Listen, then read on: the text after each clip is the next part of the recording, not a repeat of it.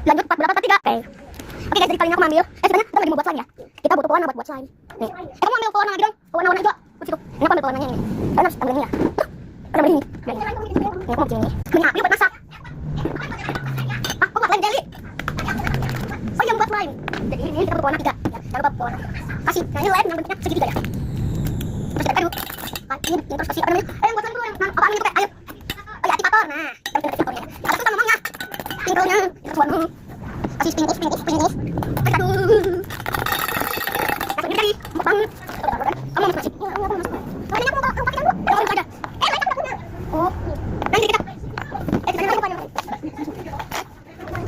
Kita pakai apa sih masuk? Kita aku bikin lauk ya. Tapnya ada dulu. Tap dulu ya. Aku bikin jajanan. Aku bikin jajan. Oh, nanti aku buat nasi dengan lauk ya. Lauk lagi. Lauk. Pakai apa? Pakai N. Sama mungkin aja.